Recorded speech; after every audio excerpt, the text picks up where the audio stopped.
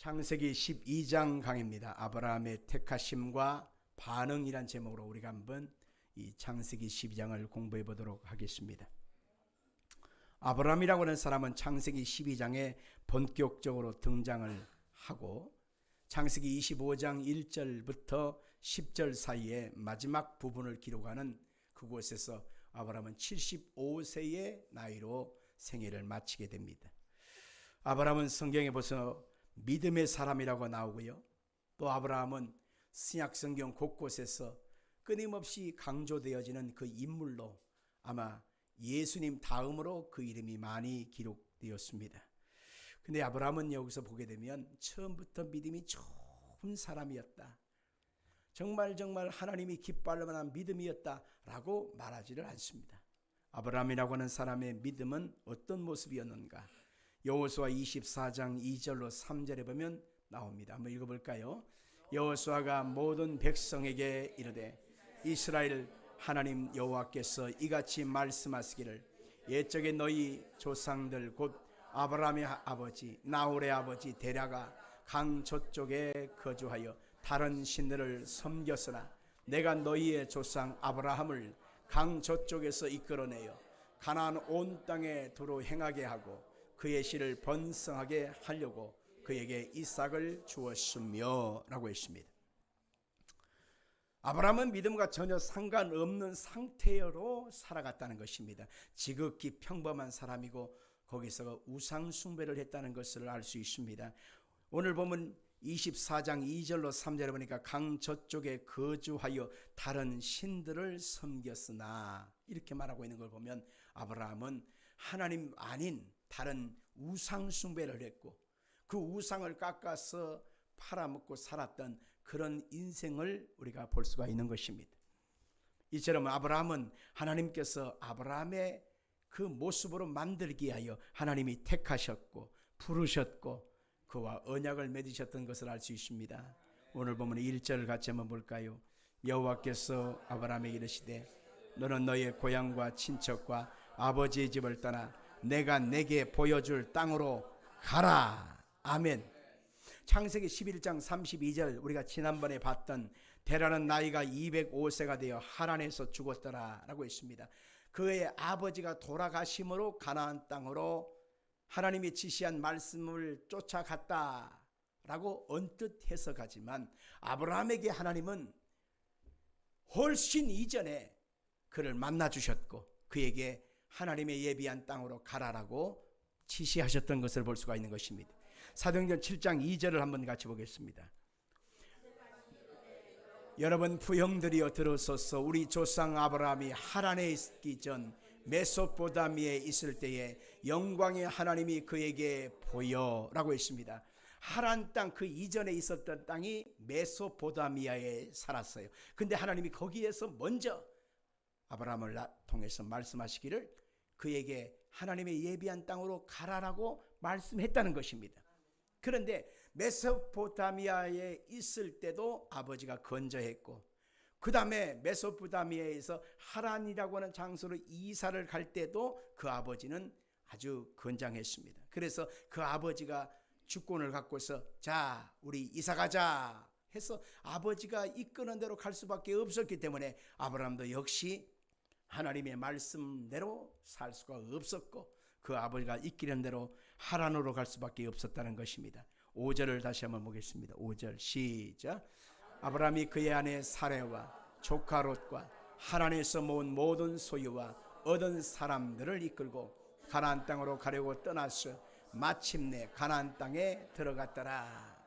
여기에서 하란이라고 하는 두 번째 처소가 나오게 되는데 거기에서 그의 직업이 뭐였다고 했지요? 우상을 깎아서 만들어서 팔아먹고 그가 살았는데 하란에서 큰 재물을 얻는 큰 부자가 되어지는 계기가 되었던 것을 볼 수 있습니다. 여러분들 내가 지금 많은 땅을 갖고 있어요. 많은 돈을 갖고 있어요. 큰 부여를 갖고 있어요. 인맥을 형성하고 있어요. 여러분 쉽게 이사 갈 수 있겠어요? 없는 것이죠. 부자 되는 그 재미, 풍성한 그 재미, 여유가 있고 넉넉한 그 삶의 그 현실이 쉽게 정리가 될 수가 없었던 것입니다. 그래서 하나님께서는 아브라함에게 하나님에서 이제 드디어 그 아버지가 돌아가시고 나서 또 말씀하신 것입니다. 자, 성경 145세에 그의 아버지가 돌아가신 그때의 4절에 이렇게 말하고 있습니다. 이에 아브라함이 여호와의 말씀을 따라갔고 롯도 그와 함께 갔으며 아브라함이 하란을 떠날 때에 75세였더라. 세 번째 하나님이 드디어 이제 아브라함한테 나타나서 하나님이 예비한 그 땅으로 가라라고 말씀하신 것입니다. 고향을 떠났고 친척을 떠났고 아버지 집을 떠나서 아버지 하나님이 말씀하신 그 땅을 갔다는 것입니다. 근데 5절에 보니까 이런 표현을 썼습니다. 5절 한번 볼까요? 아브라함이 그의 아내 사레와 조카 롯과 하란에서 모은 모든 소유와 얻은 사람들을 이끌고 가나안 땅으로 가려고 떠나서 마침내 가나안 땅에 들어갔더라. 여기서 말하는 마침내라고 하는 단어가 우리 개역 성경에는 있지만은 히브리 원문에는 없습니다. 그런데 이제 편집 과정에서 여기서 마침내라고 하는 단어를 넣게 됐는데, 마침내라고 하는 것은 바로 여러 가지 사연을 내포하고 있는 것입니다. 아브라함이 만고풍상을 겪고 나서 마침내 가나안 땅에 들어갔더라. 우여곡절을 많은 세상을 보내고 사연 많은 시절을 보내고 나서 하나님이 지시한 말씀대로 그가 떠나갔더라. 이렇게 해석할 수가 있는 것입니다. 자, 그러면 본격적으로 1절부터 3절까지를 보면서 아브라함을 하나님이 이끌어 가시는 모습을 살펴보도록 할 것입니다. 같이 읽겠습니다. 내가 너로 큰 민족을 이루고 내게 복을 주어 내 이름을 창대하게 하리니 너는 복이 될지라. 너를 축복하는 자에게는 내가 복을 내리고 너를 저주하는 자에게는 내가 저주하리니 땅의 모든 족속이 너로 말미암아 복을 얻을 것이라 하신지라. 아멘. 하나님이 여기서 아브라함에게 세 가지를 약속하고 있습니다. 첫째는 땅을 주리라. 두 번째는 후손을 주리라. 세 번째는 복을 주리라. 아멘. 하나님이 주시는 것은 그 어느 것 하나 만만치 않은 것이 없어요. 다 중요한 것입니다. 시시껄렁한 걸 주지 않습니다. 하나님은 가장 중요하고 가장 좋은 것, 마땅한 것을 하나님이 주시길 원하시는 것입니다. 자, 그러면 여기서 우리가 한번 세 가지를 살펴볼 것인데, 첫째는 아브라함에게 하나님이 후손, 그 씨를 줄 것이라고 약속했다는 것입니다.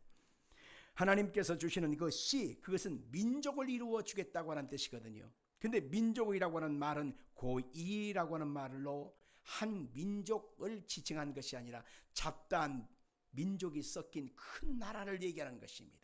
하나님의 통치 아래에 있는 큰 나라와 열방을 얘기하는 것입니다. 하나님이 아브라함이라고 하는 한 사람의 믿음을 통해서 큰 민족, 큰 열방을 이루어 주겠다고 하는 약속을 주시고 있다는 것입니다. 하나님은 아브라함이라고 하는 단순한 사람, 평범한 사람, 별것 아닌 것 같은 사람일지라도 이 사람을 통해서 하나님의 놀라운 역사가 일어나고 아브라함의 그 믿음과 함께하는 사람들에게 똑같은 믿음의 자녀를 만들어주기를 원하고 계신다라고 하는 것입니다. 근데 성경에 보니까 그 믿음의 씨앗을 누구를 지칭하고 있냐면 성경에 보니까 예수 그리스도로 얘기하고 있는 것입니다. 사도 바울이 하나님께서 이 믿음의 씨앗으로 제일 먼저 주신 분이 여자의 후손으로 하나님이 주셨다는 것입니다. 창세기 3장 15절에 아담이 타락했을 때 그 타락한 것에서 구원하기 위하여 하나님이 여자의 후손으로 오신 그분이 바로 뱀의 머리를 상하게 함으로 하나님의 나라가 시작될 것이라는 것입니다. 그래서 예수 그리스도가 오실 것을 성경은 말하고 있는데 바울 사도는 이렇게 설명하고 있어요. 갈라디아 3장 16절입니다. 이 약속대로 아브라함과 그 자손들에게 말씀하신 것인데 여럿을 가리켜 그 자손들이라 하지 아니하시고 오직 한 사람을 가리켜 내 자손이라 하였으니 곧 그리스도라. 성경에 보니까 하나님께서 우리 가운데 보내신 구원의 신 한 사람을 가리켜 말하고 있는데 그분이 곧 누구냐? 예수 그리스도를 말하는 것입니다. 예수 그리스도의 그 씨앗을 통해서 하나님의 나라가 시작되는데 그 약속이 이루어지는 과정에서 아브라함을 통해서 그 나라가 또 확장될 것을 말하고 있는 것입니다. 성경에 보니까 다른 이로서는 구원을 얻을 자를 우리 가운데 주신 일이 없다는 것입니다. 하나님은 오직 구원을 예수님을 통해서만 이루어 가신다는 것입니다. 우리가 마태복음 13장을 보면 씨 뿌리는 비유가 나오거든요. 근데 씨 뿌리는 자가 누구냐? 바로 예수님인 것입니다. 성경에 보니까 누가복음 8장 11절에 보니까 씨는 곧 하나님의 말씀인데, 요한복음 1장 1절에 보니까 말씀이 육신이 되어 우리 가운데 거하신 분이 누구냐? 하나님의 독생자의 영광이요 은혜와 진리가 충만하더라. 하나님께서 우리 가운데 주신 생명의 씨앗, 그 생명의 씨앗이 예수님을 가리키는 것을 말하고 있는 것이고, 그 생명의 씨앗이 아브라함이라고 하는 사람의 심령 속에 심겨짐으로 하나님의 나라가 아브라함을 통해서 열방의 열국을 이룰 수 있게 되었다라고 하는 것입니다. 아브라함에게 하나님이 약속하신 두 번째 약속은 하나님이 복을 주시겠다, 그렇게 말하고 있습니다. 이 복은 하나님이 그 이름과 함께 해주시는 복인 것입니다. 내게 복을 주어 내 이름을 창대하게 하리니 너는 복이 될지라, 오늘 본문에 말하고 있지 않습니까? 아브라함이라고 하는 그 이름은 가정의 아버지입니다. 평범한 아버지예요. 그러나 아브라함은 열국의 아버지, 열방의 아버지입니다. 그래서 아브라함이라고 하는 개인 한 사람, 솔직히 말하면 그 사람이 살다 죽었다, 누가 큰 의미를 두겠습니까? 아브라함이라고 하는 이름을 가리켜서 누가 큰 관심이나 갖겠어요? 그런데 하나님이 그 아브라함이라고 하는 작고 미미한 사람을 택해서 하나님의 믿음과 하나님의 말씀을 부어 넣으심으로 이 사람을 통해서 하나님의 나라가 열국과 세계 만민 가운데 퍼져나가도록 만들어 주시는 것입니다.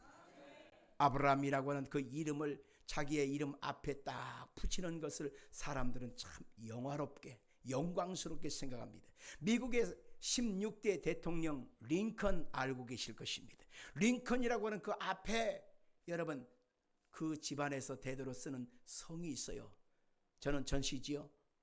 링컨의 앞에 있는 성씨가 뭔지요? 아브라함입니다. 아브라함 링컨입니다. 그와 마찬가지로 하나님께서는 아브라함이라고 하는 이름을 온 열방과 세계 만민 가운데 영화로운 이름으로 써주신 것입니다. 저주받은 이름에서 복의 이름이 된 것입니다. 알아주지도 않는 무관심의 사람에서 모든 사람이 흠모하고 사랑하는 믿음으로 하나님이 여겨주신 것입니다. 우리가 히브리서 11장을 읽다 보면은 믿음의 사람들이 나와요. 그래서 그 장을 믿음장이라고 그러는데, 그 믿음장에 나오는 인물들의 이름이 거기 거론되는데 총 16명의 이름이 기록됐습니다. 그런데 총 16명의 믿음 속에 두 사람을 유독히 성경의 구절을 굉장히 많이 할애합니다. 7절씩 할애해서 그 사람들의 믿음과 삶을 얘기하고 있는데, 한 사람이 모세예요. 또 한 사람이 누구냐면 아브라함입니다. 하나님은 이처럼 아브라함이라고 하는 사람, 모세라고 하는 사람을 통해서 하나님의 놀라운 역사를 이루어 가는 것을 거기서 증명하고 있는 것입니다.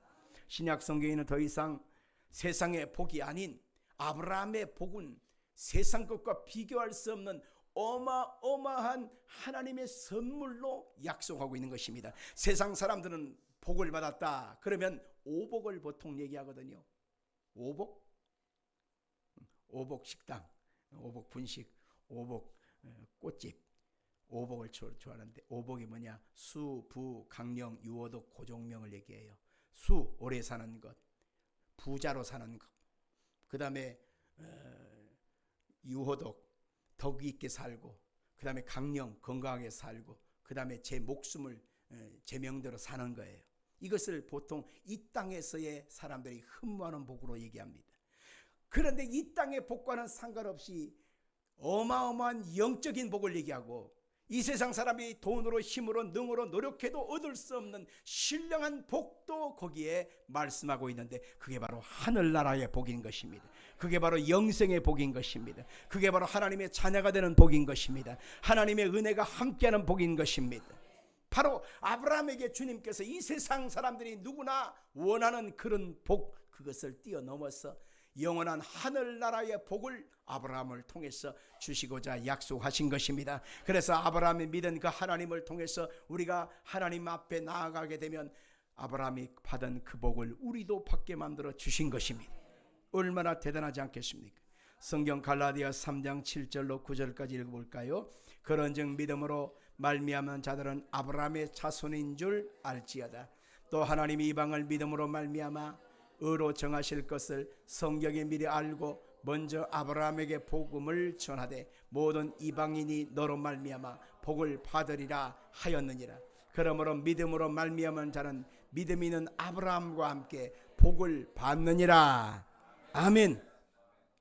세 번째, 하나님은 아브라함한테 땅을 주시겠다 그렇게 말하고 있습니다. 단순히 가나안 땅을 지칭하는 것이 아니라 우리는 하나님께서 주시는 이 땅은 영적인 하늘나라, 하나님의 지경, 하나님의 예비됨의 땅을 얘기하는 것입니다. 실제적으로 아브라함이 육신에 있을 때는 가나안 땅을 많이 차지했더라, 가나안 땅의 모든 것을 차지했더라 이렇게 표현하지는 않습니다. 실제로 아브라함은 그의 아내가 사라가 죽었을 때에 막벨라 굴을 사가지고 산소 그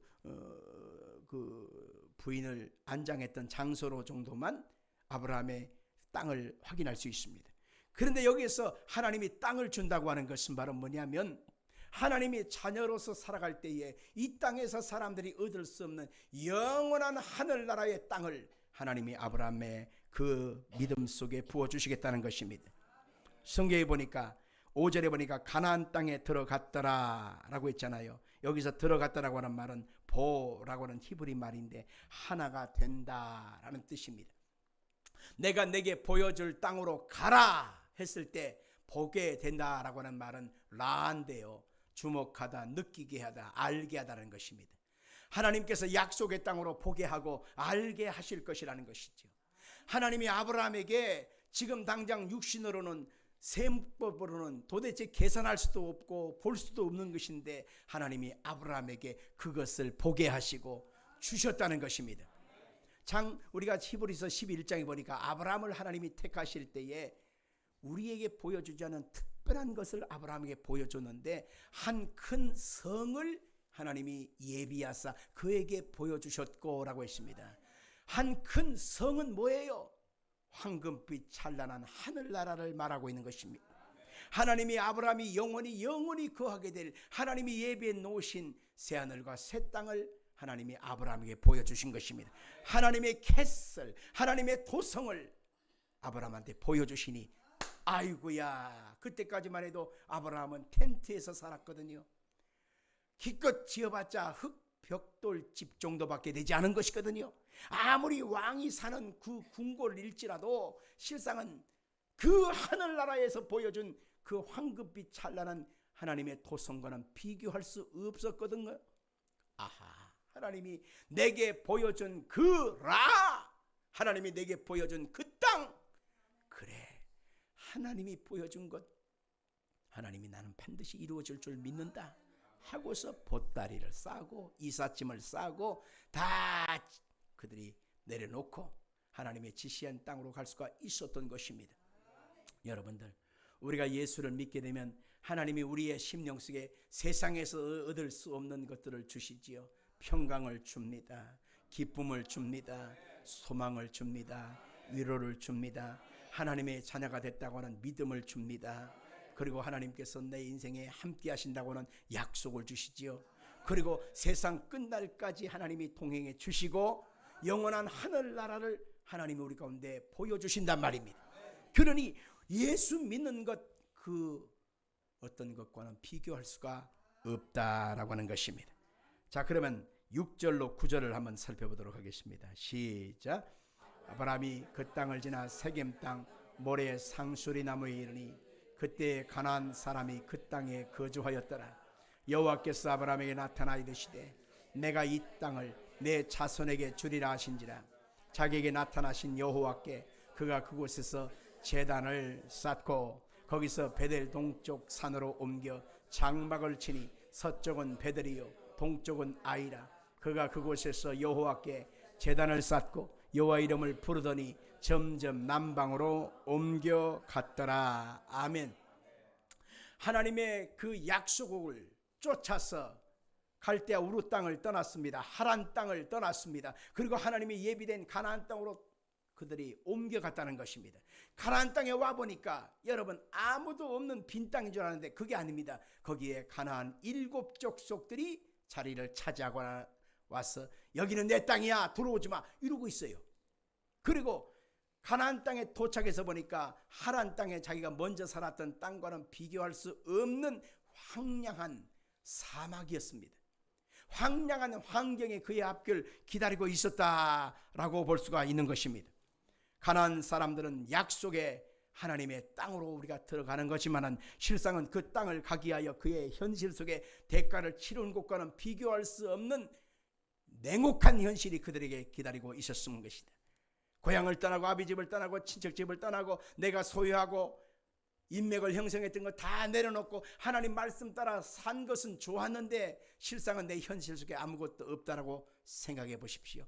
얼마나 마음이 낭망이 오겠습니까? 이것은 우리 예수 믿는 사람들에게도 오는 어떤 현실과도 같은 것입니다. 세상이 얼마나 재밌고 얼마나 노는 재미가 있고 얼마나 달콤하게 내 마음을 유혹합니까? 근데 그런 것을 다 꺾어버리고 단념하고 뒤로하고 하나님께 나오면 하나님께서 예비하신 놀라운 은혜, 충만한 복, 내가 원하는 소원 성취가 다 이루어질 줄 알았는데 실상은 예수 믿고 나서도 교회 와서도 솔직히 말하면 별로 큰 열매들이 없을 때 우리는 낭망하지 않습니까? 예수를 믿는 것과 예수를 안 믿는 것, 솔직히 예수를 안 믿는 게 훨씬 낫지 않겠는가 해서 오히려 교회 와서 실망하여 좌절하여 세상으로 가버린 사람들이 간혹가다 있지 않겠습니까? 여러분들, 하나님께서 우리 가운데 왜 이렇게 삶의 현실에 원치 않는 현실로 우리를 이끌어 갈까요? 아브라함을 통해서 우리가 이해해야 될 부분이 바로 여기에 있는 것입니다. 아브라함이 처음부터 언약을 받았을 때 대단한 믿음의 사람이나 대단한 고유한 신앙이 아니었습니다. 아브라함이 되어지려면 그 과정 속에서 하나님 앞에 정비되어야 되고 끊을 것 끊고 자를 것 자르고 하나님만 의지하는 믿음의 사람이 되어져야 될 과정이 필요한 것입니다. 따라하십시다. 아브라함이 되려면 깨어지고 낮아지고 버려야 될 것이 있어야 했다. 그래서 하나님은 아브라함에게 지금 그의 고향을 떠나서 하나님의 예비한 땅으로 인도에 가셨다라고 하는 것입니다. 자, 우리 한번 7절로 8절까지 한번 읽어보십시다. 7절로 8절 시작. 여호와께서 아브라함에게 나타나 이르시되 내가 이 땅을 내 자손에게 주리라 하신지라.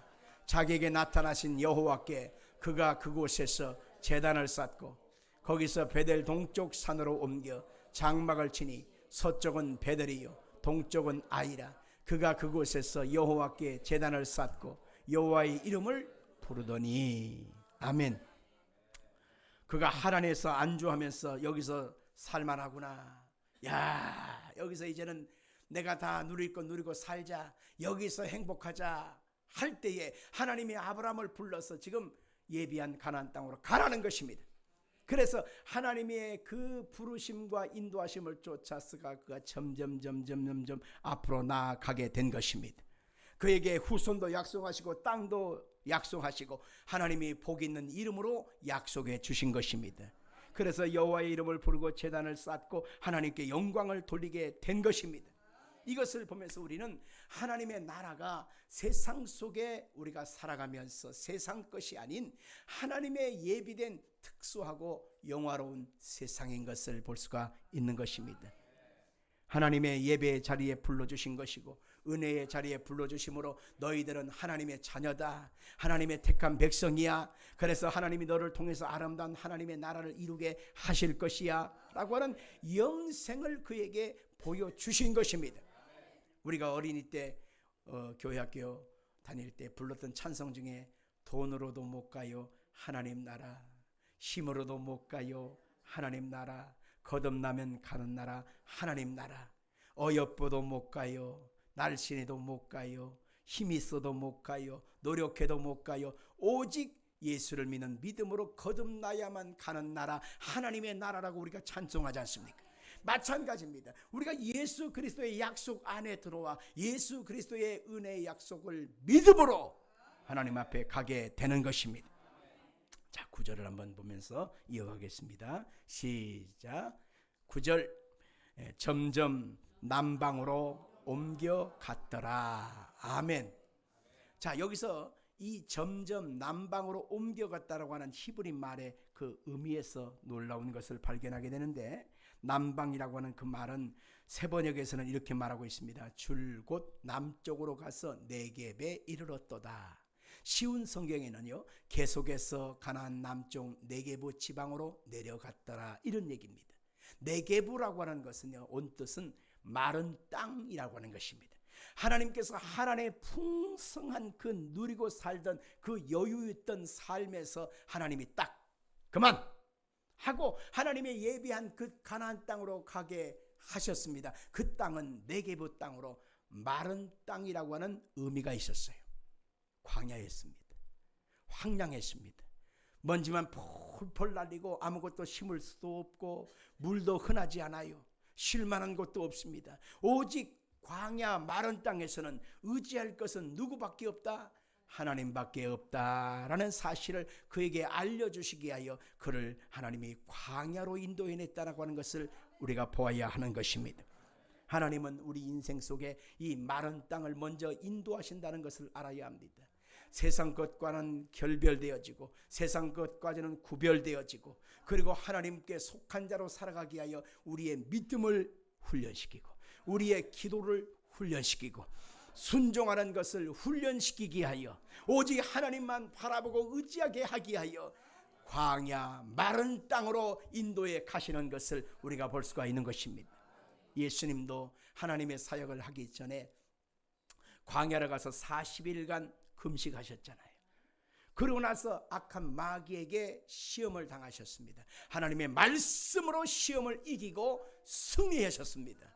우리가 이와 같은 과정을 보면서 예수를 믿고 광야 같은 우리의 삶의 현실을 도래할 때에 아하, 하나님을 바라봐야 사는구나, 하나님의 말씀에 순종하고 의지해야만 사는구나, 이것을 알 수가 있는 것입니다.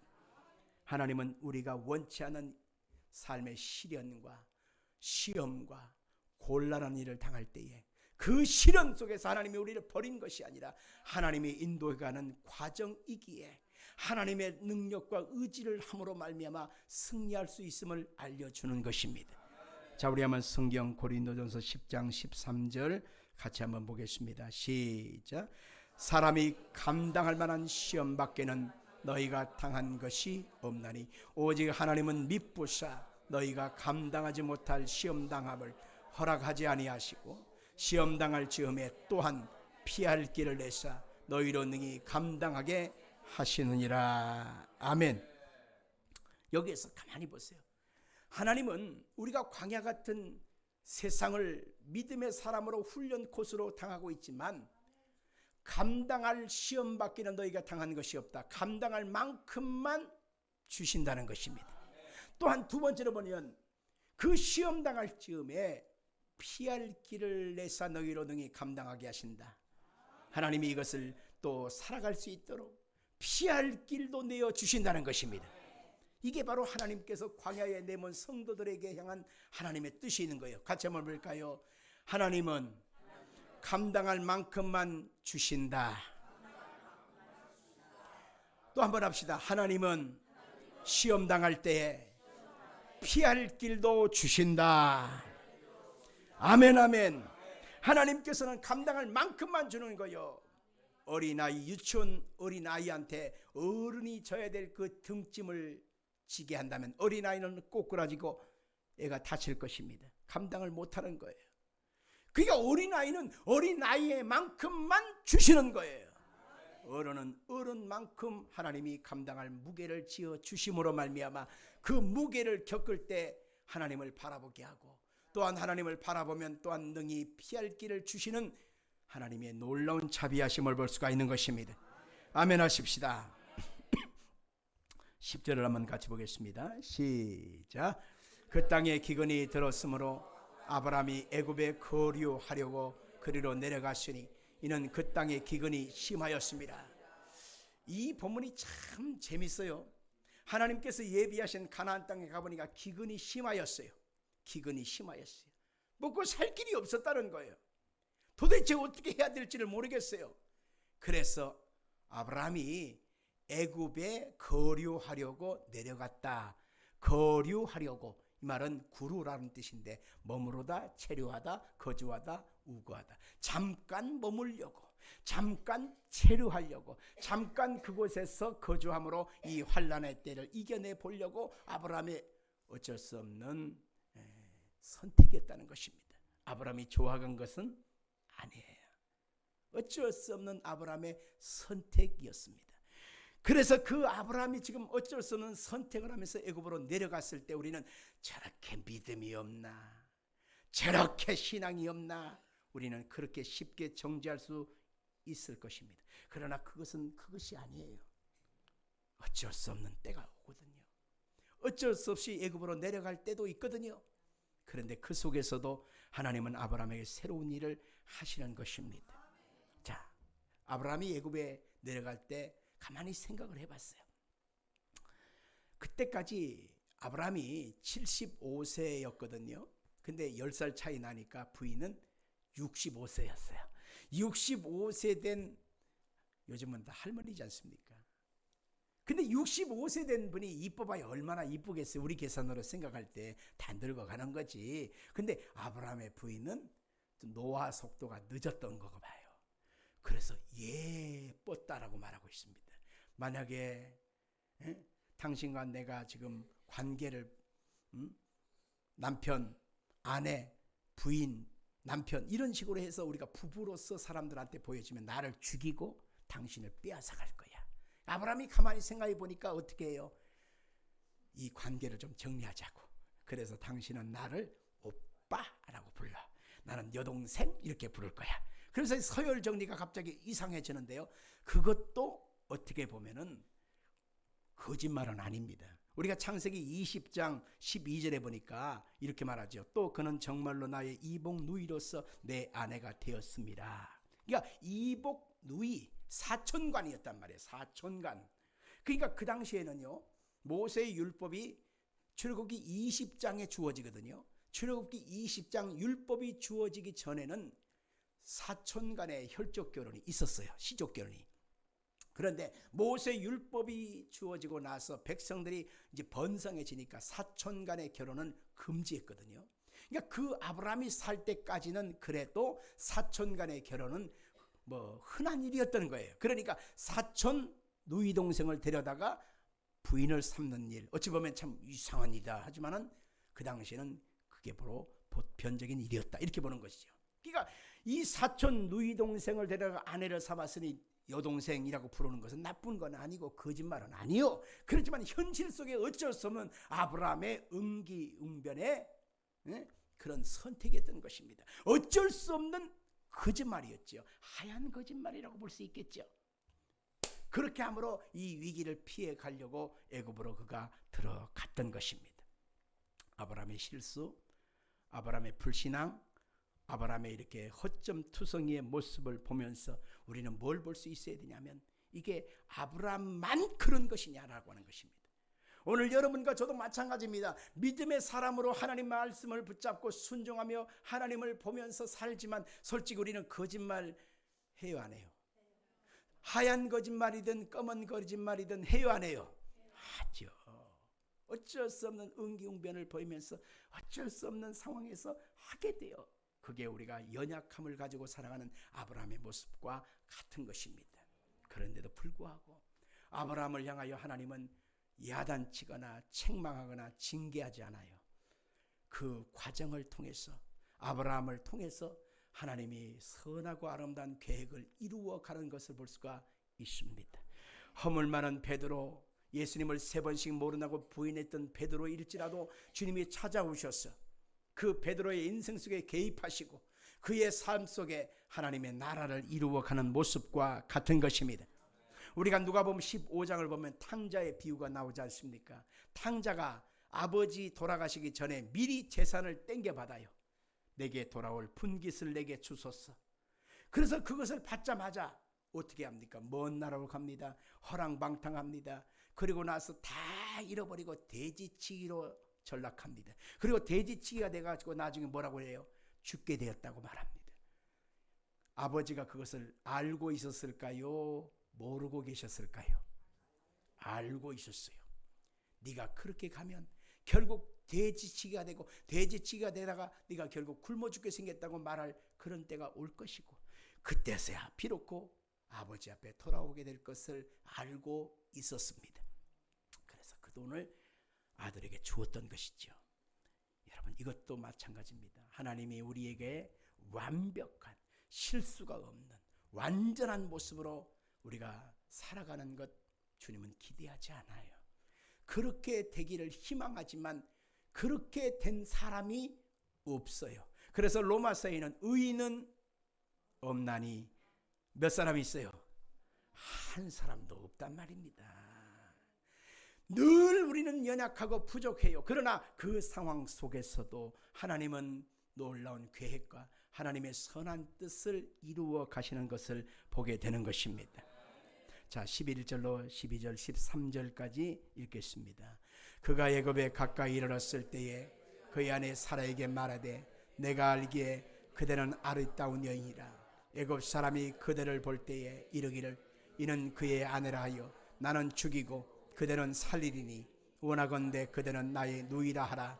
그러면 내가 그대로 말미암아 완전하고 내 목숨이 그대로 말미암아 보존되리라 하니라. 아멘. 분명히 확인할 수 있잖아요. 아브라함이 애굽에 들어가기 전에 벌써 술수가 머리가 딱 돌아간 거예요. 야, 이게 다 같이 살려면 남편 아내가 아니라 누이 동생과 오빠 사이가 돼야만 너도 살고 나도 살 것 같다라고 해서 말을 마치고 지금 애굽 땅에 쏙 들어가는 거예요. 자, 14절로 15절을 같이 읽겠습니다. 아브라함이 애굽에 이르렀을 때에 애굽 사람들이 그 여인이 심히 아리따움을 보았고 바로의 고관들도 그를 보고 바로 앞에서 칭찬함으로 그 여인을 바로의 궁으로 이끌어 들인지라. 여기서 이끌어 들인지라 라고 하는 히브리 표현은요, 라카흐라고 해요. 라카흐. 같이 해봅시다. 라카흐. 뜻은 취하다, 강탈하다, 아내로 삼다라는 뜻입니다. 창세기 2장 23절에 보니까 똑같은 라카흐라고 하는 말이 남자에게서 취하였은즉 여자라 부리라 할 때도 똑같이 쓰였고요. 3장 6절에도 여자가 그 열매를 따먹고 자기와 함께 있는 남편에게도 주에 그도 먹은지라 이렇게 말하고 있습니다. 따먹었다, 취했다, 강탈하다, 아내로 삼다, 다 라카르인데 아브라함의 부인 사라를 애굽의 왕 바로가 강탈해 갔다는 것입니다. 빼앗아 갔다는 것입니다. 그러면서 그 아브라함한테 처남 이렇게 부르는 거예요. 환장할 일이죠. 그 상황에서 자기 마누라를 빼앗기고 나서 이제 옆에 방에다가 이제 주한상 차려주고 그러고 나서 이제 먹을 거 주면서 여기서 편안히 쉬라고 하는데 아브라함의 목구멍에 그 먹을 것이 들어가겠어요? 술이 단맛이 느껴지겠어요? 안 당해봐서 모르구만. 가만히 생각해봐요. 옆방에서 지금 저 집에서 저 방에서는 내 마누라가 바로하고 잠자고 있다 생각해 보십시오. 눈이 뒤집히죠. 조금 속된 표현으로 환장을 하죠. 이거 아니겠어요? 미쳐버리는 거예요. 이건 상황이. 내 마누라가 저기 저서 저놈 자고 있다. 미쳐버리지. 그거 제정신이겠습니까? 이런 수치를 당하는 곳까지 아브라함이 내려갔다라고 하는 것을 보게 되는 것입니다. 여기서 우리는 뭘 볼 수 있냐면 의인은 없나니 한 사람도 없다고 하는 성경의 표현이 맞다는 거예요. 하나님 앞에 우리가 잘난 것 같고 대단한 것 같고 뛰어난 것 같고 뭔가 남들보다 좀 나은 것 같이 보여도 실상은 약점 많고 허물 많은 우리 인생, 이렇게 실수 많은 나의 모습이라고 하는 것을 아브라함을 통해서 우리가 살펴볼 수가 있는 것입니다. 성경은요, 그때 바로와 애굽의 왕 바로와 그 아내 된 사라가 잠을 잤을까를 의심하는 경우도 있습니다. 여러분 어떻게 생각하십니까? 그때 잠을 잤을 것 같아요? 안 잤을 것 같아요? 예. 성경에 대해서 조금만 생각해 보시고 라카의 의미를 한번 생각해 보십시오. 취하였다, 선악과를 먹었다 라고 하는 표현을 쓸 때 라카를 쓰는 거예요. 쉽게 말하면 잠을 잔 거예요. 하루만 잔 것이 아닙니다. 오랜 시간을 같이 거기서 보내게 된 거예요. 그런데 중요한 것은 사라의 몸에 그 바로 왕의 씨가 잉태되지 못하게 하셨다라고 하는 것입니다. 이게 중요한 의미예요. 성경에 보니까 하나님이 11장 30절에 보니까 사레는 임신하지 못함으로 자식이 없었더라. 쉽게 말하면 사라의 그 태문을 닫아버린 거예요. 그러니까 아무리 바로 왕이 했어도 사라의 몸속에 생명이 잉태될 수 있었다 없었다? 하나님이 막아버렸다니까. 그러니까 이 사라의 몸은 아무리 애를 써도 잉태될 수 있는 상황이 아닌 거예요. 잠을 자도 아무리 애를 써도 생명이 잉태될 수 없는 상황으로 만들어 놓은 것입니다. 그때가 언제까지냐? 바로 65세 된 사라에게서 언제까지 그것이 유지되느냐면 90살이 되어질 때까지. 그러면 90살에서 65 빼면 35년 동안 그게 유지가 돼요. 그러다가 하나님이 아브라함의 나이 100세가 되고 그의 아내 사레가 90세가 되어질 때 비로소 힘으로 능으로 할 수 없지만 하나님이 아기를 갖게 하십니다. 이삭이라고는 아들을 낳게 합니다. 드디어 그곳에서 하나님이 태문을 열었다라고 하는 것입니다. 왜냐하면 하나님이 사라의 몸을 통해서 태어난 그 아들 이삭이라야 하나님의 자녀가 될 수 있다고 하는 것을 거기서 증명하기 위하여 하나님이 그렇게 이어져 간다는 사실을 알 수가 있는 것입니다. 17절을 한번 같이 볼까요? 17절 시작.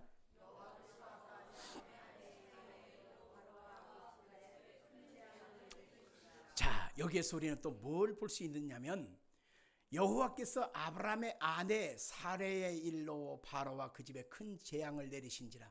사레는 아브라함과 부부잖아요. 근데 강제로 빼앗아 갔잖아요.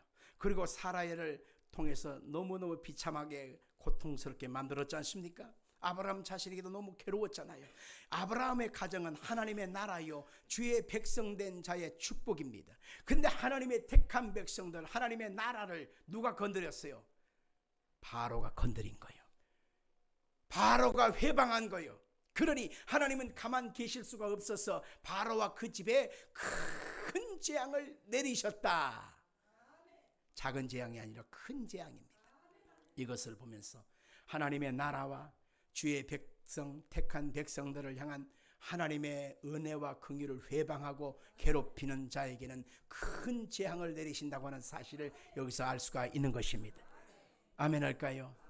가슴에 손 얹고 같이 한번 따라해 주시기 바랍니다.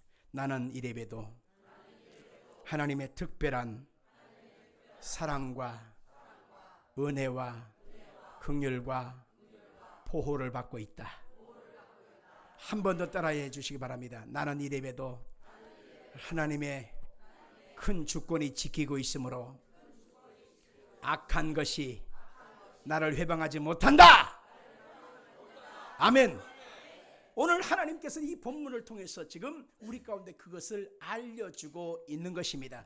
화가 변하여 복이 되어지는데 오늘 그 뒤에 보게 되어지면 이렇게 말하고 있습니다. 이에 아브라함이 그로 말미암아 아브라함을 후대함으로 아브라함이 양과 소와 노비와 암수 나귀와 낙타를 얻었더라.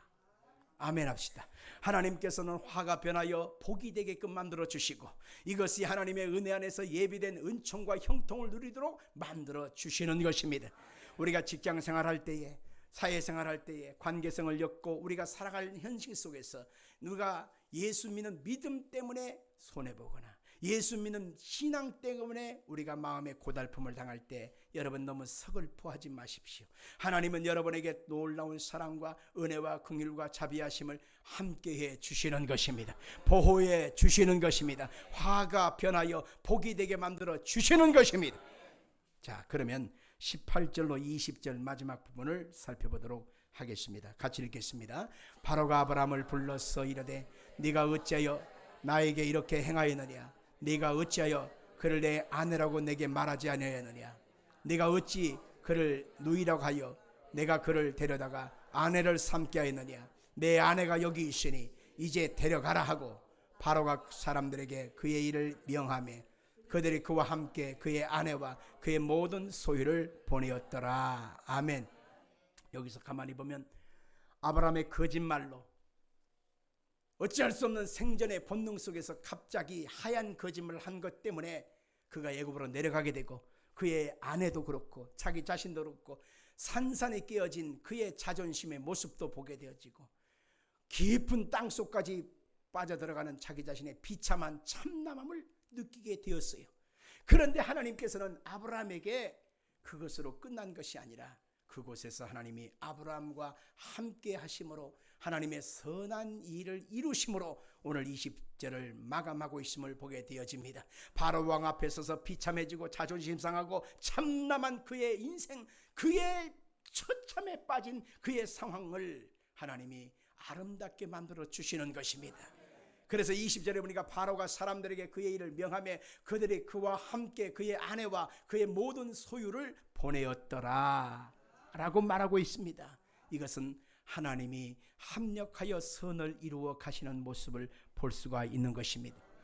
우리가 아브라함의 신앙과 예수 그리스도라고 하는 신앙으로 우리의 마음속에 굳건히 새겨지면 하나님이 아브라함의 믿음과 함께 있는 그 백성들에게도 합력하여 선을 이루어 주시는 것입니다.